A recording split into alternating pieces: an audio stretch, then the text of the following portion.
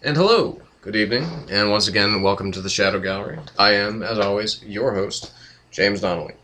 And tonight, we're not talking comics, we're talking what has, at least for me, has been the most looked forward to game in the video gaming industry since Batman Arkham City, but is just a little bit more, and that is, as you can probably tell what I'm wearing, what I'm going to talk about here, and that is Mass Effect 3.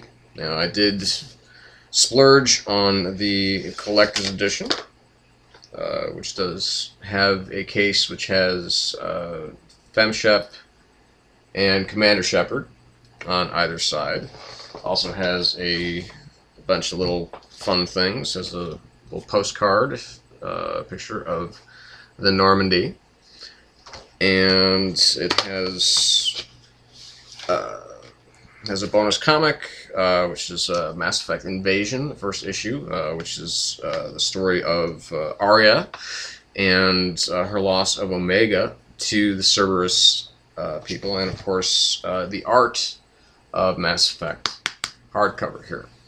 Now it's just a really cool book on, design sketches, prototypes of, your different heroes, your different enemies, the mechs, the creatures, so on and so forth. And I didn't want to read this until I actually played the game. So actually just looking at some new pages right now. This, of course, the collector's edition does also include the From Ashes DLC, which is where you basically can enlist Prothean, named Javik, and of course you can end up going on his missions with you. Now, I should preface this by saying that I think that within my, not as vast as certainly some of the other gamers that are out there, but somewhat vast. In my 37 years, I've played a lot of different video games, and have played not too many RPGs, because most RPGs to me have the unintended consequence of being just a little bit too unreal, I guess. And this does go for it basically, when, because most of them are set in, I hate to, kind of generalize this, but, these kind of Lord of the Rings-ish universes, these mythical, long-lost, past universes. And what I first instantly loved about Mass Effect was not just how epic it was, but how well the characters were fleshed out, and how actually really very gripping the story was. Now, I have all of the DLC for for the first Mass Effect and the second Mass Effect, because I have it. I have it on my this is for the Xbox 360. If you couldn't tell by the packaging.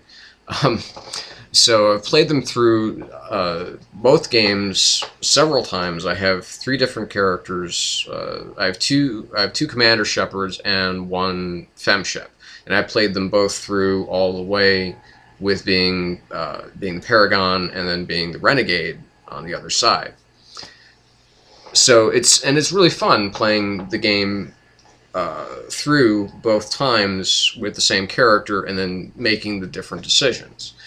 Now, this review that I'm going to be talking about here tonight, this is basically, I'm going to make it as spoiler-free as possible, but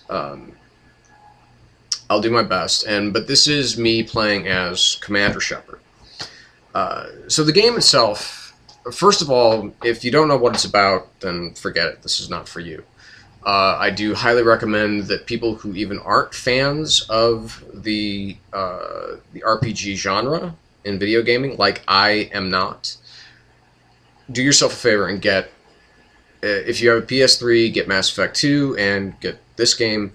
If you have an Xbox 360, get all 3 games. Or if you have a PC, obviously you have access to all 3 games as well.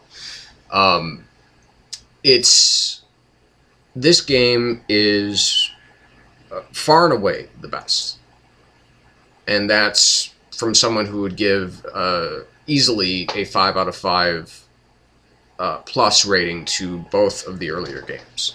So the combat itself is smooth. Now, okay. Also, I also have to mention I play on casual. I have too much stress in the outside world to come into an imaginary world and get even more frustrated. The combat itself is smoother. The transition rate, as far as loading times, things of that nature, are much shorter. And things actually sometimes do happen while it's loading up. The cutscenes, basically, playing this trilogy of games is basically playing approximately, if you play all the way through twice on one character, you're looking at playing upwards of close to 200 hours. And I'm talking about all 3 games. Playthrough, Paragon, Renegade. It's basically the greatest film trilogy ever that you've played. Because you don't get to do that with normal films, obviously. But again, talking about the mechanics, so the combat itself is much smoother. But here we have a more clearly defined plot line. The Reapers have taken Earth. We're going to take Earth back. The thing that never ceases to amaze me about what Casey Hudson, who's the project director, who's been the project director on all 3 games, and Mac Walters, who's been the writer on, I also believe all 3 games, the lead writer. They make an extraordinarily cinematic universe. It's very epic in its scope. Particularly this game is more epic in scope than any of the other ones. It's the dialogue is sometimes a little bit heavy-handed, a little bit ham-fisted, but it's appropriate to the characters, it's appropriate to the message. First of all, I do need to outline, Mac Walters, Don Brow, and Neil Pollner were the lead writers, the main writers of this game. Of course, with their lead being from Mac Walters, who I believe also wrote. He also wrote this comic here, and also I believe is going to be writing other comics from the Mass Effect universe. Casey Hudson has just done a remarkable job of upping the ante with each game. Now, the first game was kind of fun. One of the reasons, I shouldn't say it was kind of fun, I mean, it's fantastic fun. But one of the neat things is that with the exploration of the other galaxies, you got to, you got in the Mako and you drove around, and that could be fun, but it was also extremely time-consuming, and it just got a little bit frustrating sometimes, because if you didn't have enough of, if you weren't, depending upon what class you were, if you were just a soldier and not a vanguard, or an engineer or an adept, whatever, there were things that you couldn't hack into, kind of the mini game of, hacking into capsules and, getting your minerals and so on and so forth. That just got frustrating sometimes. And then you'd have to use your Omnigel. They basically kind of did away with that in the second one, whereas basically you just, held the button down and you scanned the planets, and then found, then you got your minerals so that you could pay for your upgrades, and again, so on and so forth. Now this, it uses this game also by EA, as was the second one. First one was was BioWare and Microsoft. It does away with that mechanic for the exploration of other planets, as far as like exploring in the Mako or in the Hurricane, I believe. The hovercraft vehicle. I believe it's called the Hurricane. I know people are going to get on me about that. But it does away with that, and basically instead of sending out multiple probes, basically on each planet that you do have to scan when you're actually flying around the galaxy itself. But if it's a Reaper controlled galaxy, or if it's a Reaper controlled system, I should say, Reaper, if you do hit the scan button too much and don't find what you're looking for, Reaper, or even if you do, Reapers will come and try and overtake the ship. Now, needless to say, I lost a couple of ships when that was happening, and had to restart. Again, and then of course you have the Citadel with the Presidium, with the embassies. You get your different side missions. Just basically what works best of all isn't even so much the combat mechanics or the the brilliant graphics, but is ultimately the story and the dialogue. It's very involving. It's very emotionally involving. You get emotionally invested in these characters, and especially coming from somebody who's played the game a lot, and several of my hours have been dedicated to playing these 3 games. And this is just my first playthrough. I just finished yesterday, and I'm not going to. Like I said, I'm not going to spoil the ending, but it was something that left a little to be desired. Which is not to say that it's bad, it's just I wanted something more. Obviously, when the game is done, as in the games prior, when they do, of course, release new DLC, new missions, so on and so forth, you'll get to come back and play the whole thing through again. And this time I'm hoping that they're going to be adding different characters. Now, of course, with this game, you have you have a lot of returning characters, some new ones.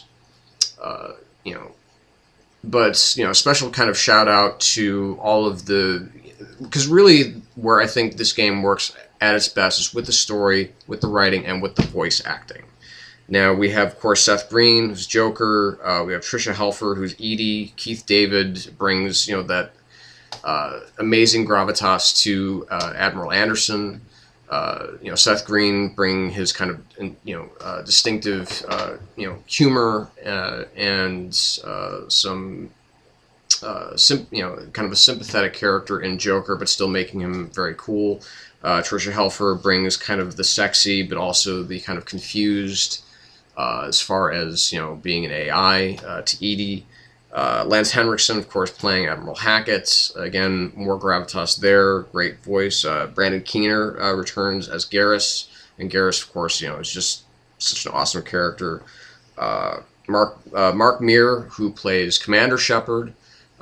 Just a great voice, very distinctive, and just perfect for this. We have Freddie Prinze Jr., who is one of the new characters, James Vega. His performance was pretty passable. It's kind of a two-note character. There isn't a whole lot to him.